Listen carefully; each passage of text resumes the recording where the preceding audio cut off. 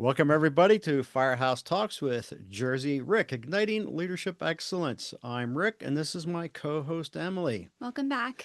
Now, you don't have to be a firefighter to listen to our podcast because Emily and I talk about any and everything related to leadership. Today, we are welcoming a guest, retired Fire Chief Wayne Kewitsch, and I will read his bio here. Wayne says that he realized he's one of the luckiest guys in the world. He gets to do what he loves. Chief Kewitsch began his fire service career as paid on call firefighter in 1995 with the St. Louis Park Fire Department, has served as a firefighter, lieutenant, assistant chief, and fire chief for the Richfield Fire Department in Minnesota. He served as the first executive director of the Minnesota Firefighter Initiative, a nonprofit that focuses on firefighter health. Wayne is passionate about firefighter health and wellness, along with how resources can be best utilized to provide excellent service to the public. During his time with the Minnesota Firefighter Initiative, Wayne helped launch the implementation of the Hometown Heroes Assistance Program, a statewide program focusing on providing firefighters across Minnesota with resources to address their unique health needs. Wayne is currently serving as the Emergency Operations Director for the 2026 Special Olympics USA Games. He is a member of multiple fire service organizations and has held leadership positions with the Minnesota State Fire Chiefs Association, the Minnesota All Hazards Incident Management Team, and is a former board member for Minnesota Task Force 1.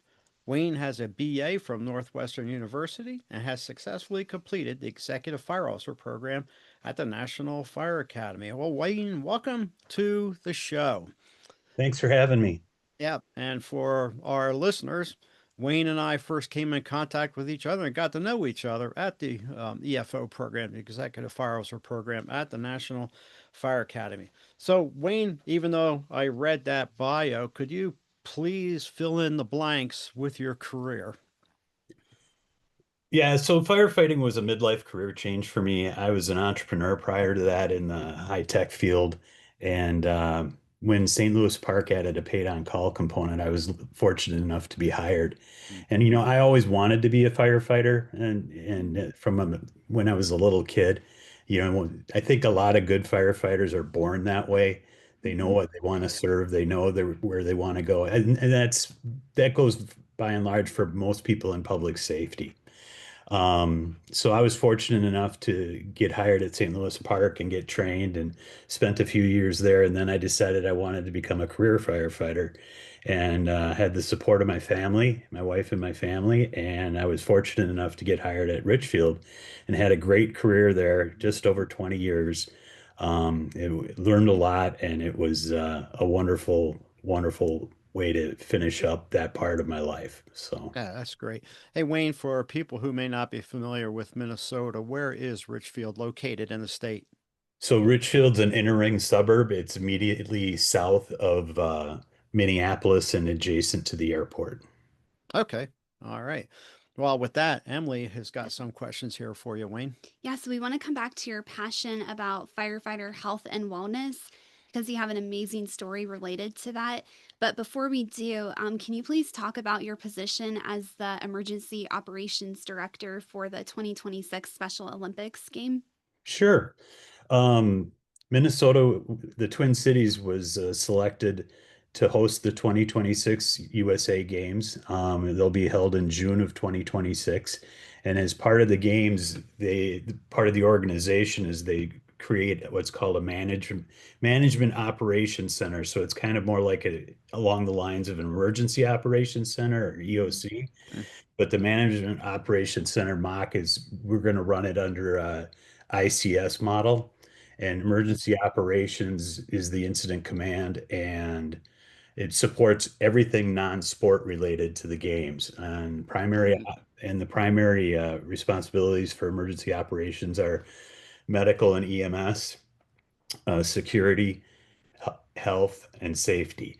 Um, the athletes are a medically fragile community. They have a lot of unique needs. And we have a huge medical component that operates the games. So at the games. Yeah. So, Wow. Wayne, given your background, and how did you get involved with the Special Olympics? So a friend of mine who's also a retired fire chief, he was recruited as the emergency operations manager, and he realized that the job was just too big.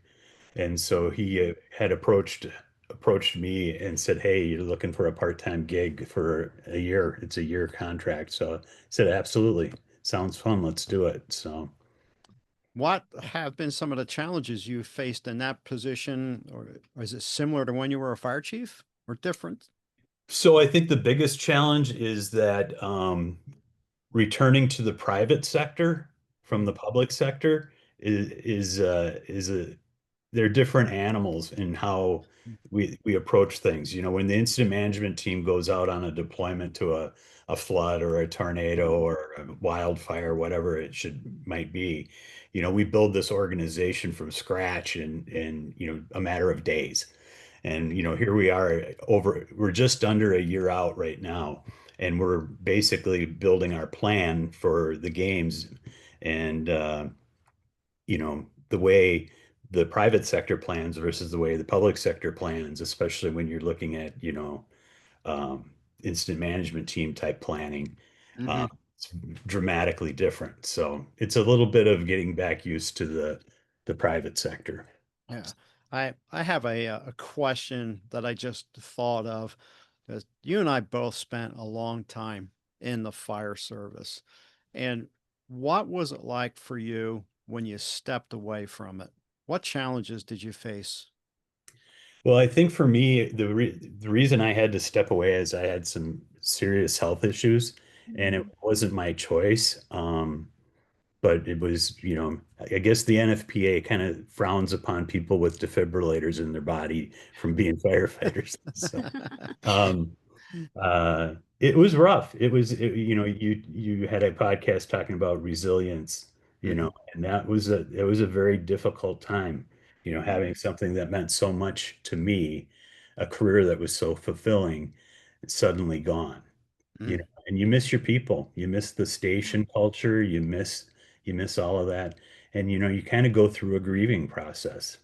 You Yeah. know, not everyone does. Some people are more than happy to walk away and go do something else or be retired. But, you know, other people, it's, you know, working is a component of your life, you know. Yeah. You know, you gave me an idea here. You know, I've talked about wrestling the gator of fire service retirement in the past, and I've got a class related to that too. And idea that just popped in my mind is if you would be willing to get yourself and a couple others who have spent a long time in the fire service and do a podcast where just bring two, three others on, and we just specifically talk about this and talk about the challenges. Is that something that you would be interested in doing? Sure. Okay. Yeah, great. I'll look into that. So let's delve a little bit into the Minnesota Firefighter Initiative, the background, the mission, and your involvement with it. So the Minnesota Firefighter Initiative was founded by three chief officers, George Esbenson, John Wolf, and Mike Dobish. And George was the president of the Fire Chiefs Association, and he realized he got kind of tired of traveling around the state visiting i- injured firefighters in hospitals and going to line of duty death funerals. Mm. And he said, "We got to stop the madness. We have to stop Mhm. the Yeah. madness." So they went to a seminar down in Chicago, the Florian Society, I believe, and they came back and they said, "Okay, this is what we're going to do." And so they started the nonprofit, the Minnesota Firefighter Initiative, to focus on the big three: cardiac, cancer, and emotional health. Mm. Mhm. So they got some grants from some entities in Minnesota, and they built an awareness curriculum around those three things. And then they started the heavy lift, which was getting the Hometown Heroes Assistance Program passed by the legislature. Mm. And that was a 3-year effort. And Wow. when it finally passed, it's an annual $4 million grant that is administered by the Minnesota by Minfire. That's what we call it up here, Okay. and it provides for a critical illness insurance policy for every firefighter in the state. Mm. And Wow. it's a sliding scale from $250 to 20,000. So if you get diagnosed with cancer, full blown cancer, you get a $20,000 check. Wow. If you get diagnosed for PTSD, that's $5,000. So they paid out over $1 million last year Mm, in Wow. claims. wow. It also covers a 24/7 emotional, kind of like an EAP, Hmm. um, Yeah. where anybody, firefighter and their family, can call in and talk to a master's level behavioral health professional. And then Mm. it also covers up to 5 visits with a trauma-informed behavioral health, clinician. Mm, So, okay. and it's all free of charge to the firefighter. And then ongoing training and 24/7 peer support program. Yeah, that's great. That's And incredible. yeah, and Wayne, related to the cancer um, issue, is it all cancers Hmm. or is it just a short list of cancers? It's all cancers. Mm. Okay, Yeah, and it doesn't, they don't have to prove anything's fire related. that's So great. yeah, Wow. it's just for every firefighter. And it's making a difference, because when I was executive director with the program, I'd go to a lot of different fire events, and conferences, and every time, I could be at a retirement for somebody I knew, and someone I didn't know would come up to me and say, "Hey, Minfire really made a difference in my life. Thank you for what That's you're." great. So, That's great. That's great, Wayne, that you've put such a amount of time and effort into something that is so important. But another thought that popped into my mind related to firefighter safety, I often wonder, is it a real thing in the fire service or is it just a lot of smoke and mirrors? And the reason I say that is just taking a look at what has happened so far this year from January 1st right up to today. I get the secret list. hmm. I see, what's happening around the country, and we still have firefighter injuries and deaths that are taking place that I believe many of them could be preventable. And one of them is seatbelts. I remember when you and I were at the EFO and Bert Clark had the seatbelt initiative.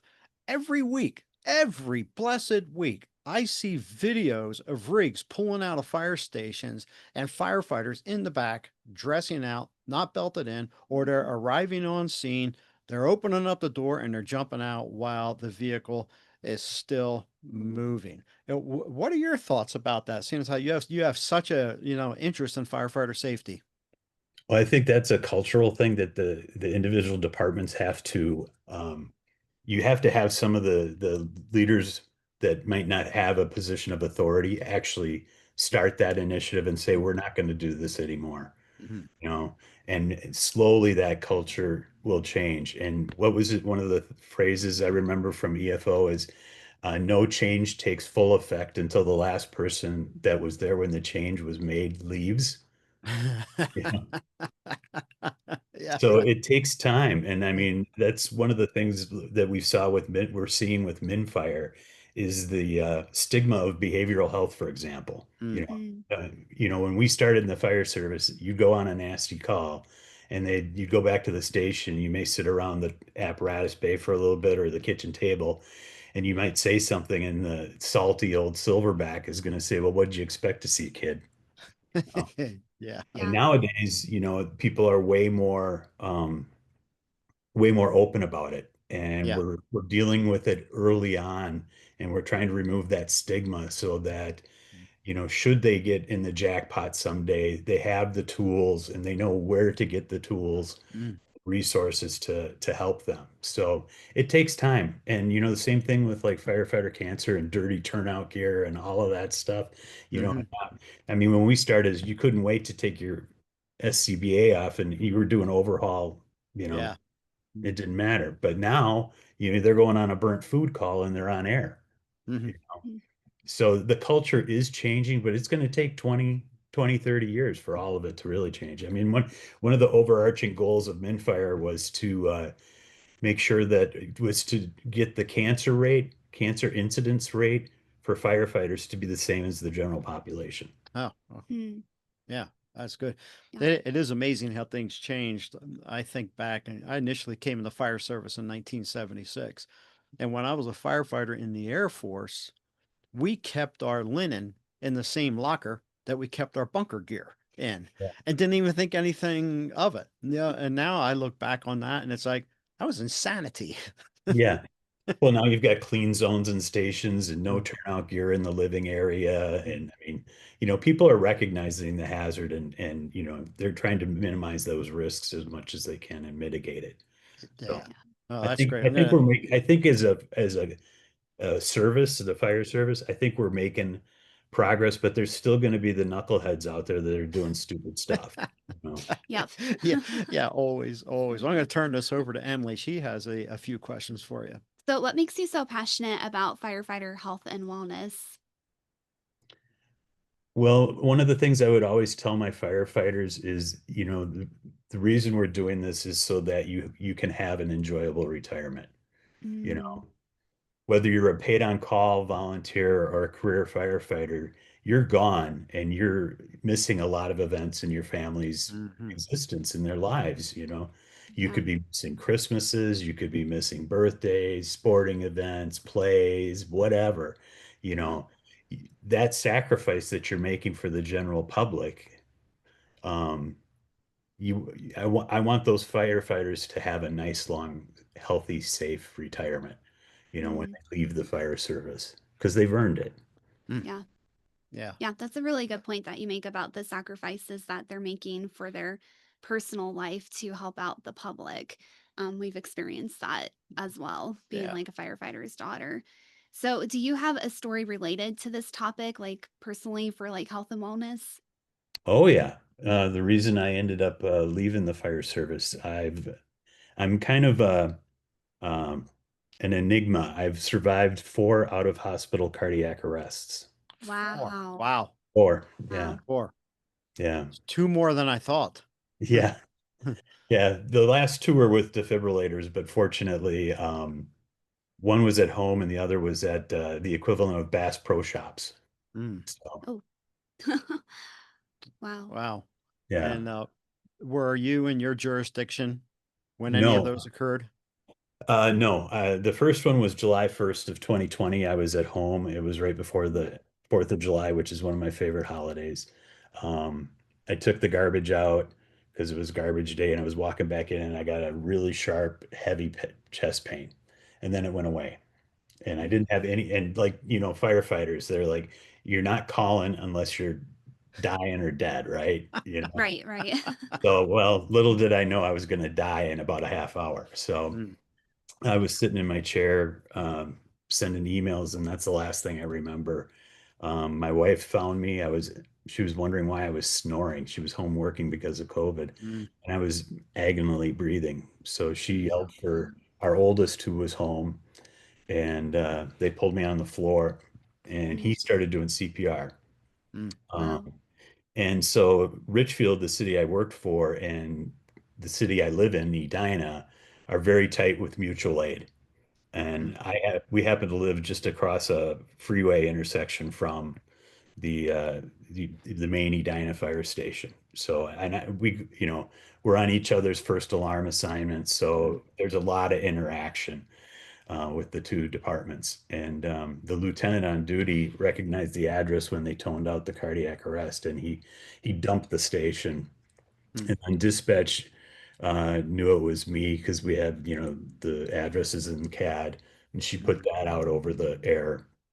And they came in, they shocked me once, Mm, then came back, then I went back into VFib. They put me in the back of the rig, shocked me again, and they were going to take me to the hospital, obviously, but I met the protocol for what we call ECMO.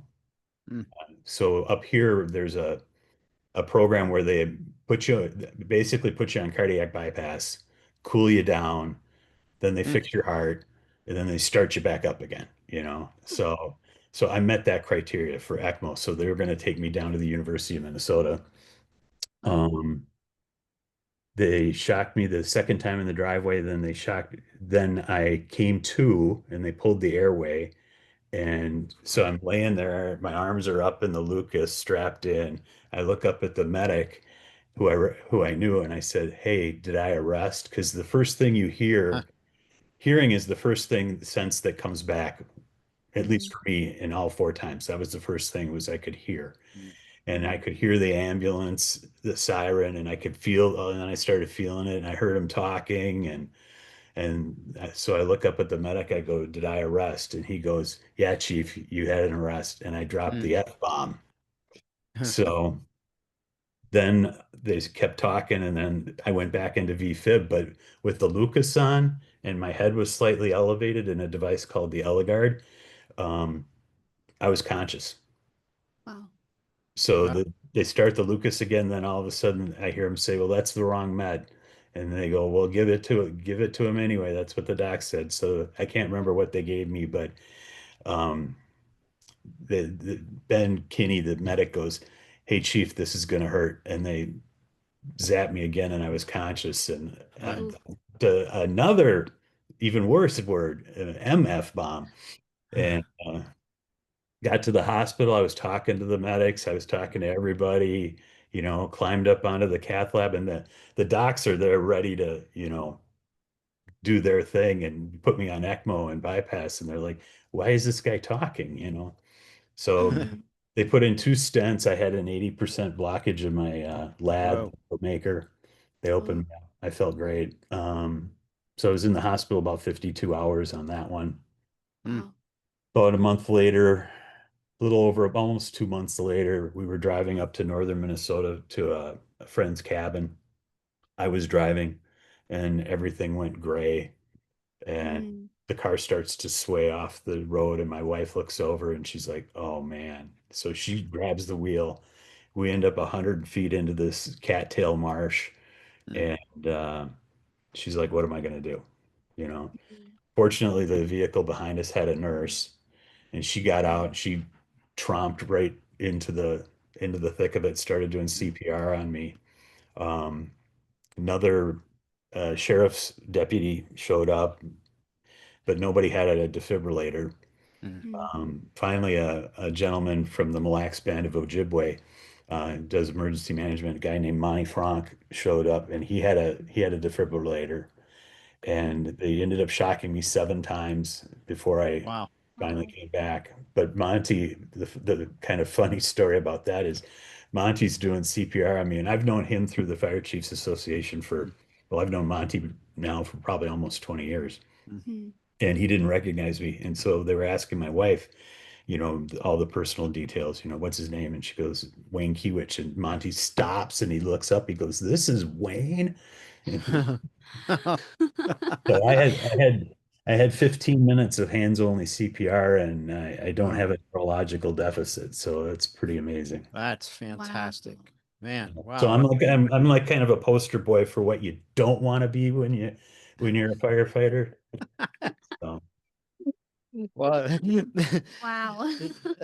yeah, and, yeah, Emily, yeah, I know you had another question there too. Yeah. yeah, I just the other part, that one, they flew me back to the university, and I had one of the same docs as the first mm. time. Mm. Dr. Yiannopoulos, big Greek guy. He's like, "Chief, why are you back?" And I was going to say, "Warranty work, doc? What the?" But then when I thought about what he was about to do, I was like, "Nah, nah, nah, I'm not going to." Yeah, yeah. Did they have to put another stent in? No, my arteries were all good. Okay. They determined that the first event messed up my Purkinje fibers, part of my Oh. conduction system.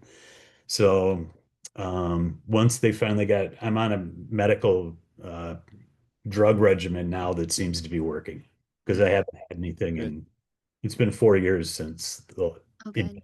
since the last one. Mm. So since the last one, was that when you had to retire, or were you retired before? Uh, when they put the defibrillator in, that was going to be the end of it, because the city doc wasn't going to sign off on me. So, Mhm. Mm. Okay. Mm. Wow. So what steps have you taken for your own health and wellness, like given that whole journey and then your initiative with helping the firemen? I think one of the things is um, I've dropped 60 pounds. Wow, Um, congratulations. Yeah. so that's been a big thing. And just working on, my own mental health, going through that process of the retirement, and then getting Mhm. getting myself more mentally prepared for the next phase of my life. I'm Mhm. a very lucky individual. I mean, most people, as we know, most people don't survive cardiac arrest, and Right. most don't come out neurologically intact. Hmm. Have Yeah, that happen after 4 times, Hmm. I think it's a miracle. I thank God. Yeah. absolutely. Yeah, you're a Absolutely. Yeah. walking miracle. Yeah, absolutely. And I can see the weight loss, Wayne, when you came onto the screen, because I haven't seen you face to face since we graduated from the program back in 2012, and so I can definitely see it. So congratulations, for that. I have a question related to the response from Adina and Richfield. What was the impact on the firefighters? Mm, Oh, yeah. So I think that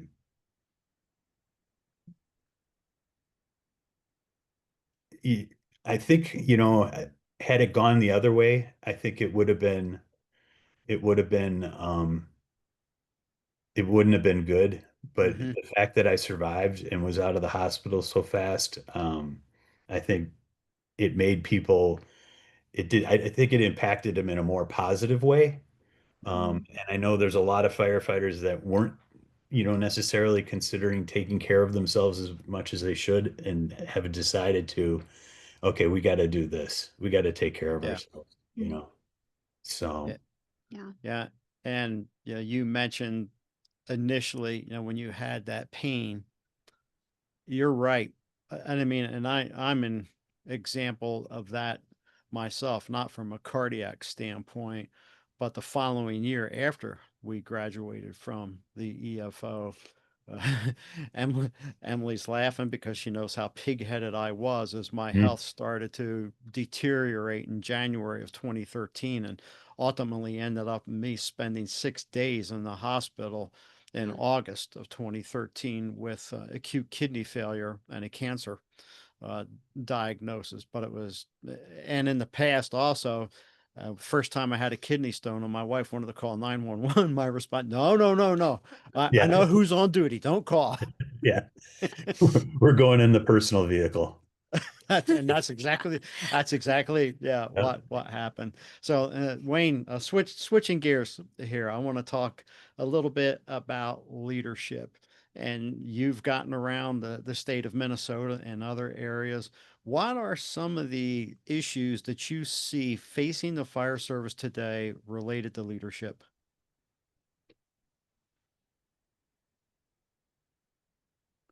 I think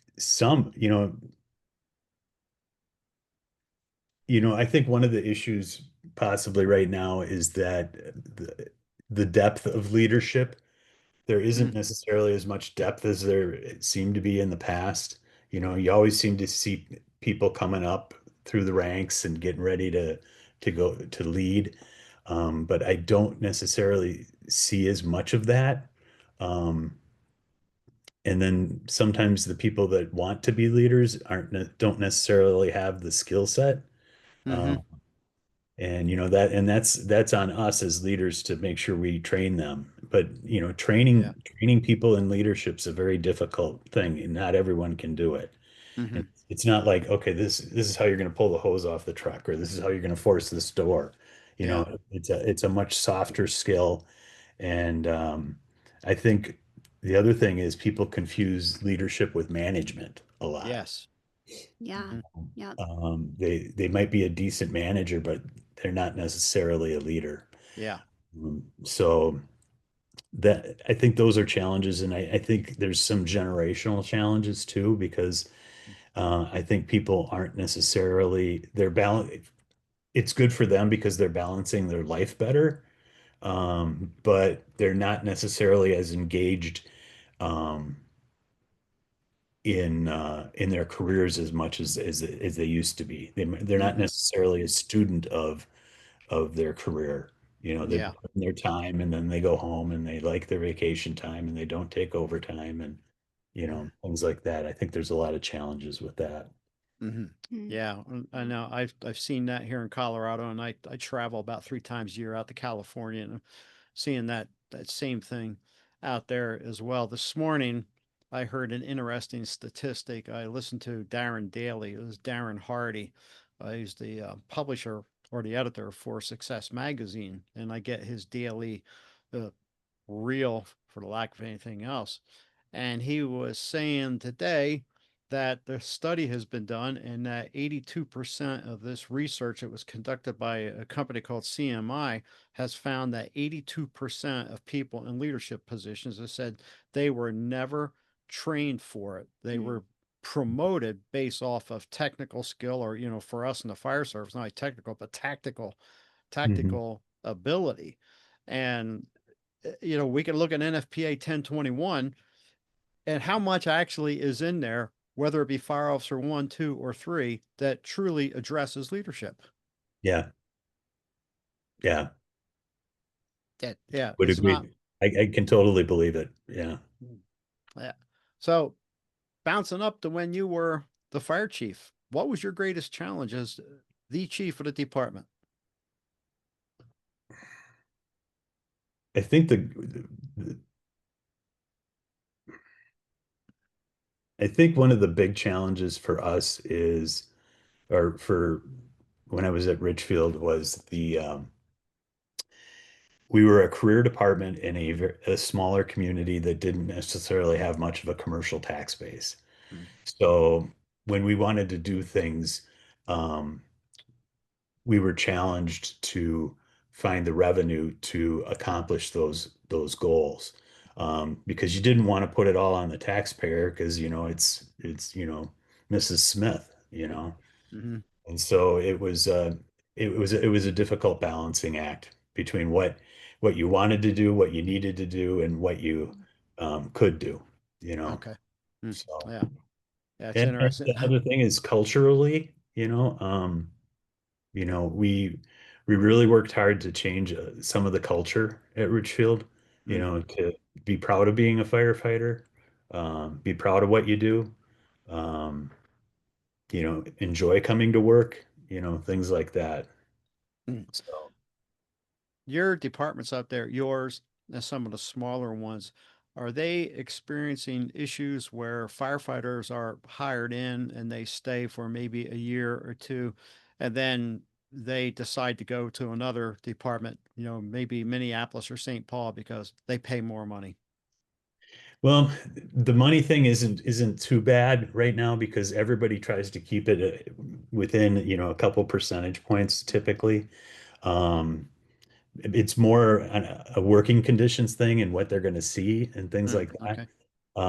The big change in Minnesota over the last probably 5, 6 years is that when I was hired in 2000, there were maybe only 12 career departments in the entire state.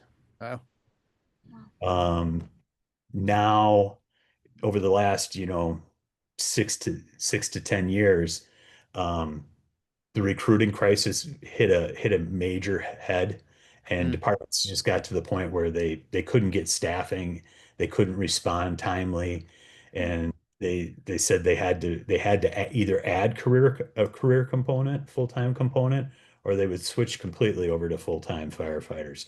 So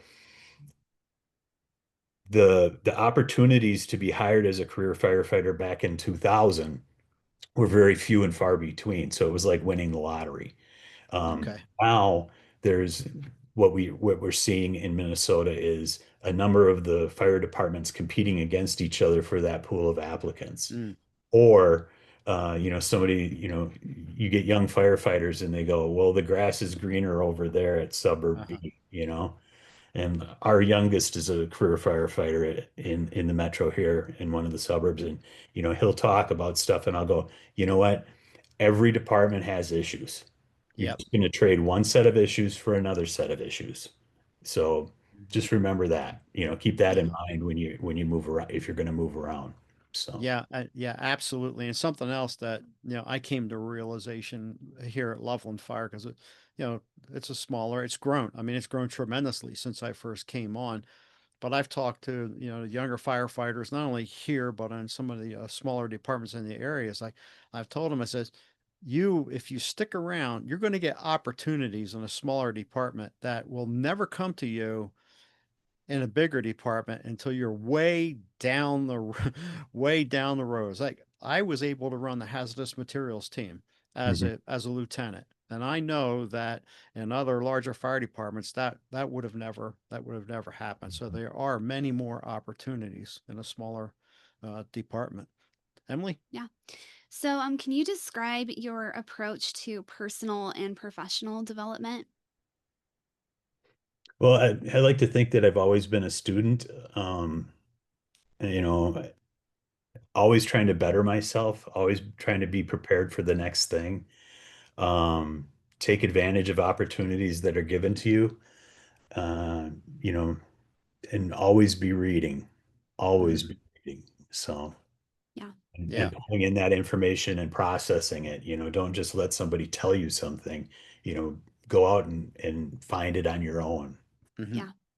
Yeah. One of the frustrations that I have, Wayne, with firefighters is I don't want to make a blanket statement across the country or across the world, but when it comes down to personal development, a question seems to come up as, well, is the department going to pay for this? Am I going to get overtime for this? What are your thoughts along that lines? Yeah, I mean, you have that all the time, and that's a constant struggle. And